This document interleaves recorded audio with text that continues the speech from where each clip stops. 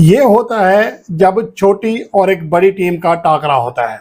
यही होता है जब आप बड़े इवेंट में खेलते हैं, आप प्लानिंग करके आते हैं। सबको ये बता दिया है कि जो मिन्नू टीम्स हैं उनको आपने डील किस तरीके से करना है। मिन्नू टीम्स को जो बड़ी ज्यादा रिस्पेक्ट नहीं देनी है, कोई बहुत ज्यादा इज्जत नहीं देनी है, ऐसे जो है मिन्नू टीम्स को डील किया जाता है। कमाल सुपर्ब तरीके से जो है मिन्नू टीम को डील किया गया। भाई इन्होंने सबको बताया है ऐसे खेलती है। तो वो जिस तरह की क्रिकेट खेल रहे हैं वो दूसरी टीमों को अंडर प्रेशर कर रहे हैं। वो बता रहे हैं कि हम ऐसे खेलने आए हैं ताकि दूसरी टीमें उनसे डरें। तो यही हमने भी करना है। और उस दिन मैंने ये भी बात की कि बॉलर्स जो है ना वो ऐसी टीमों को हिला के रख देते हैं। उनके बॉलर्स ने उनकी टीम को बिल्कुल ही शैटर्ड कर दिया, तहस नहस जिसको कहते हैं ना, हिलने नहीं दिया।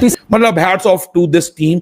और सबसे बड़ा फैक्टर जो फिटनेस का लेवल है ना वो बड़ा एक्सेप्शनल नजर आ रहा है। कि जो कहा जा रहा है ना कि India is a tournament favourite, वो गलत नहीं है।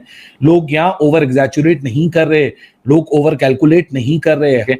लेकिन भाई इंडिया की तगड़ी टीम है। और अगर आप क्रिकेट देखते हो, बुरी नीयत के साथ अगर क्रिकेट देखोगे ना, क्रिकेट को कभी नहीं समझ पाओगे। खेल को खेल की तरह देखो, और खेल को जब आप खेल की तरह देखना शुरू करोगे ना, मी बीइंग अ पाकिस्तानी, मुझे कोई शर्म नहीं है बात मानने में कि India is a way ahead team in comparison of Pakistan. उसमें कोई दो शक नहीं है कि उनकी जो बैटिंग लाइनअप है वो दुनिया में लोग उसको फॉलो करना चाहेंगे। और इसी वजह से आप देखें कि बड़े बड़े प्लेयर विराट कोहली और रोहित शर्मा वगैरह ये लोग रिटायर हो गए बिकॉज रिप्लेसमेंट इतने हाईएस्ट लेवल की आ गई कि वर्ल्ड कप खेल के वो लोग रिटायर हो गए। बहुत जबरदस्त इनकी टीम है। सीनियर प्लेयर्स की कमी बिल्कुल महसूस इस मैच के अंदर हुई नहीं। हमें पता था कि कोई मुकाबला नहीं। डोमिनेंस जो उन्होंने आज दिखाई है दैट इज स्कैरी। आप देखें कि तीन बड़ी ऐसी टीम अफगानिस्तान को साइड पे करें, इंडिया और पाकिस्तान, उसके बाद डायरेक्ट इंडिया और पाकिस्तान का टाकरा है। तो इंडिया के spinners they are on the way, हमारे spinners they are on the way. फिर हम मुझे समझ नहीं सपोर्ट किसको करें बीच में, इंडिया की तरफ जाए या पाकिस्तान की तरफ। So all the best team India for retaining Asia cup again. जब आप क्रिकेट को फॉर ग्रांटेड लेते हैं ना तो क्रिकेट आपको कहीं का नहीं छोड़ता। यहाँ पे गेम अवेयरनेस बहुत जरूरी है कि अगर आपके सामने इतनी बड़ी टीम आपके सामने खेल रही है, आपको पता है उनके दो मेन बॉलर, आप लाइक जो अब लोग देख रहे हैं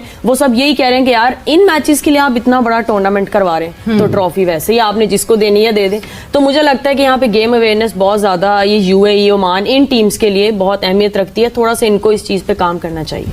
मतलब ऐसा कुछ अंदाजा हो रहा है, जो आप पूरा स्केड्यूल भी देख रहे हैं एसीसी का, जिस तरह एशिया कप का स्केड्यूल उन्होंने लाइनअप किया है कि सुपर 4 तक आपको इसी तरह बीच में कुछ डल डेज मिलेंगे और इसी तरह जो है कुछ एक्साइटिंग मैचेस भी मिलेंगे। अदर देन दैट ये जो बाकी टीम्स हैं इनके लिए इनके मैचेस हम यही एक्सपेक्ट करेंगे, those would be the dull days for. Start तो ऐसे ही हुआ है, स्टार्ट तो ऐसे ही हुआ है। मैं नहीं कंसीडर करूंगा इनको एशिया में।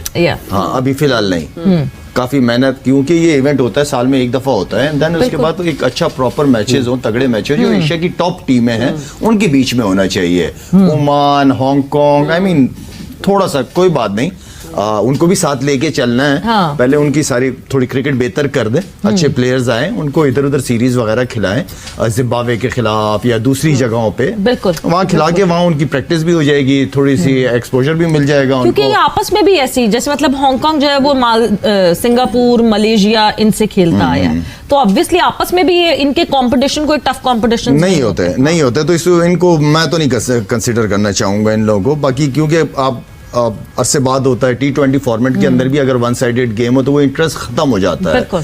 तो मेरे ख्याल में काफी है इतना जान।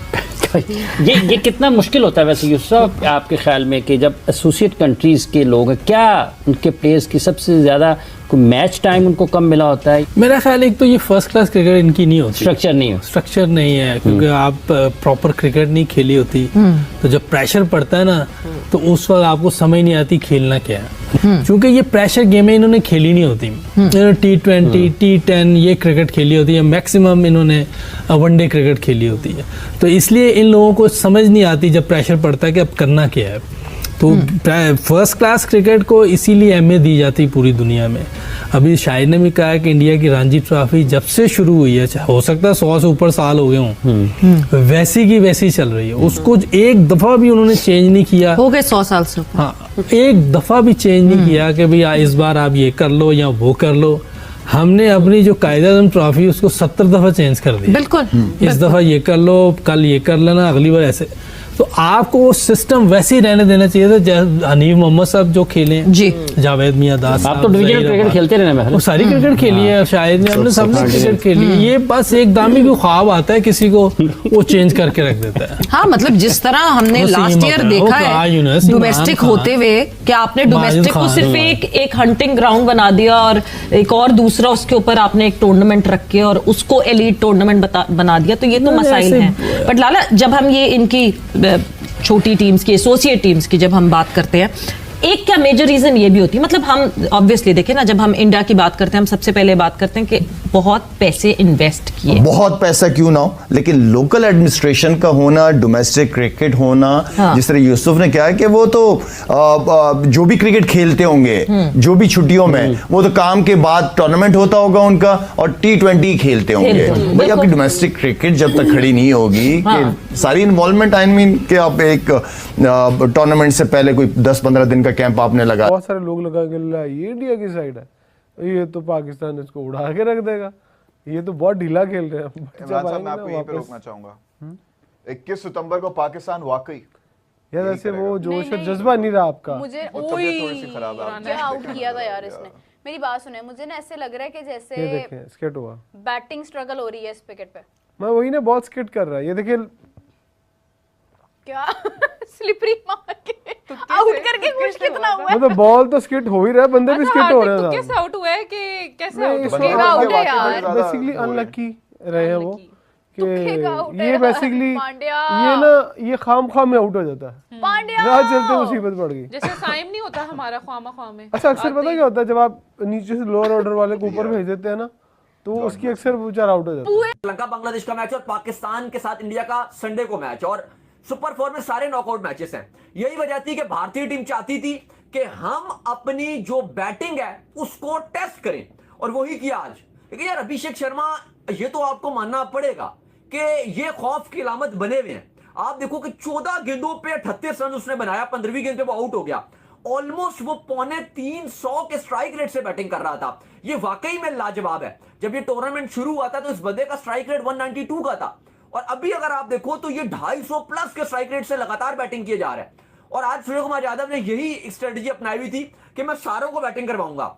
नंबर बड़े तब्दील किए, संजू को नंबर 3 पे भेजा कि भाई आप जाके कॉन्फिडेंस लो। उन्होंने भी शुरू में थोड़ा सा कंफ्यूज नजर आ रहे थे, लेकिन बाद में बड़ी जबरदस्त किस्म की उन्होंने बैटिंग करके दिखाई।